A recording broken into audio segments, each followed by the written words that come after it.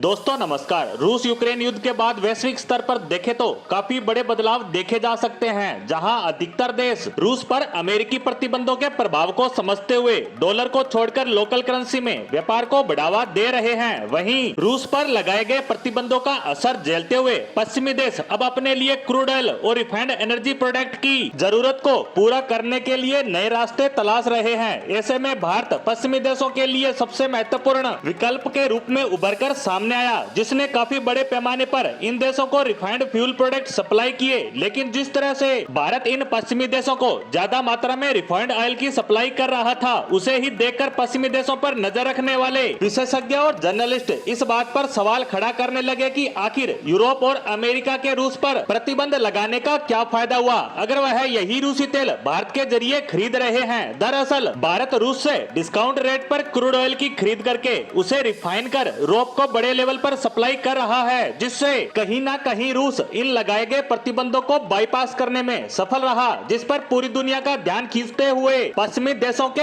Executive vice president ने काफी बड़ा बयान दिया। बता दें कि यूरोपियन यूनियन के वाइस प्रेसिडेंट भारत के दौरे पे थे, जहां पत्रकारों और मीडिया के एक ग्रुप से बातचीत के दौरान उन्होंने बयान दिया कि उन्हें अच्छे से पता है कि कैसे यूरोपियन यूनियन में भारत द्वारा रिफाइन किए गए रूसी क्रूड ऑयल की सप्लाई लगातार बढ़ती ही जा रही है। भारत के फ्यूल प्रोडक्ट पश्चिमी देशों के मार्केट में बड़े लेवल पर सप्लाई किए जा रहे हैं, जो उनके लिए एक बहुत ही बड़ी चिंता का विषय है। उन्होंने कहा कि यूरोपियन यूनियन इस मुद्दे को लेकर पूरी तरह से सतर्क है और वे इसे लेकर विचार कर रहे हैं ताकि जल्द ही रशियन ऑयल को पश्चिमी देशों के मार्केट से बाहर किया जा सके। बता दें कि इस वक्त बहुत से एक्सपर्ट कह रहे हैं कि पश्चिमी देश जानबूझकर रशियन ऑयल भारत के रास्ते खरीद रहे हैं ताकि उन्हें खाड़ी देशों का महंगा तेल ना खरीदना पड़े। बता दें कि टाइम्स ऑफ इंडिया के एक आर्टिकल के मुताबिक भारत द्वारा यूरोप को सप्लाई किए जाने वाले रिफाइंड ऑयल में 572% की बढ़ोतरी देखी जा रही है, जो कि बहुत बड़ा आंकड़ा है, क्योंकि इससे पहले यूरोप अपनी ऊर्जा जरूरतों को लेकर भारत पर इतना निर्भर कभी नहीं रहा।